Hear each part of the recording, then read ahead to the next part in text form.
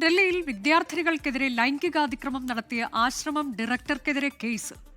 Sharada Institute of Management director Swami ചൈതന്യാനന്ദക്കെതിരെയാണ് കേസെടുത്തത്. പ്രതി ചൈതന്യാനന്ദയുടെ വാട്സാപ്പ് ചാറ്റുകൾ പുറത്തുവന്നു. വിദ്യാർത്ഥിനികളോട് മുറിയിൽ വരണമെന്നാവശ്യപ്പെട്ടുള്ള ചാറ്റുകളാണ് പുറത്തായത്. വഴങ്ങിയില്ലെങ്കിൽ മാർക്ക് കുറയ്ക്കുമെന്നാണ് ചാറ്റിലെ ഭീഷണി. അജീഷ് ജയകുമാർ വിവരങ്ങളുമായി. അജീഷ്, ഒന്നും രണ്ടുമൊന്നുമല്ല, 17 പെൺകുട്ടികൾ പരാതിപ്പെട്ടിട്ടുണ്ട് എന്നതാണ്. എന്തൊക്കെയാണ് തുടർ നടപടികളായി പോലീസ് സ്വീകരിച്ചത്?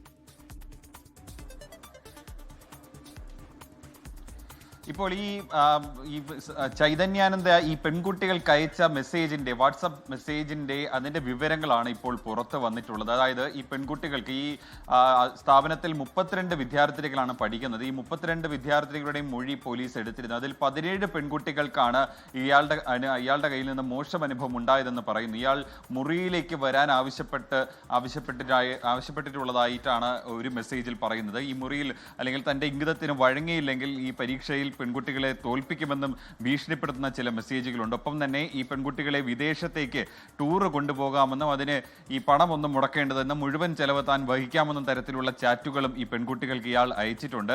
എന്തായാലും ഈ പരാതി കിട്ടിയതിന് ശേഷം ഇയാൾ ഇപ്പോൾ ഒളിവിലാണ്. ആഗ്രയിലേക്ക് കടന്നിട്ടുണ്ട് എന്നാണ് പോലീസിന് അവസാനമായി കിട്ടിയ സൂചന. എന്തായാലും ഇയാളെ പിടികൂടാൻ ഒരു പ്രത്യേക സംഘം തന്നെ പോലീസ് നിയോഗിച്ചിട്ടുണ്ട്. ആഗ്രയിലേക്ക് UP-യിലെ പല ഭാഗങ്ങളിലും പോലീസ് ഇപ്പോൾ ഇയാൾക്കായി തെരച്ചിൽ നടത്തുന്നുണ്ട്. ഏറ്റവും ഒടുവിൽ കിട്ടുന്ന വിവരം ഇയാൾക്കായിട്ട് ലുക്കൌട്ട് നോട്ടീസും പോലീസ് പുറത്തിറക്കിയിട്ടുണ്ട്. കൂടാതെ ദേശീയ വനിതാ കമ്മീഷനും ഇപ്പോൾ ഈ വിഷയത്തിൽ കേസെടുത്തിട്ടുണ്ട്. 3 ദിവസത്തിനകത്ത് മുഴുവൻ അന്വേഷണത്തിന്റെ വിവരങ്ങളും റിപ്പോർട്ടായി നൽകാനാണ് ഡൽഹി പോലീസ് കമ്മീഷണർക്ക് ദേശീയ വനിതാ കമ്മീഷൻ നൽകിയിട്ടുള്ള നിർദ്ദേശം.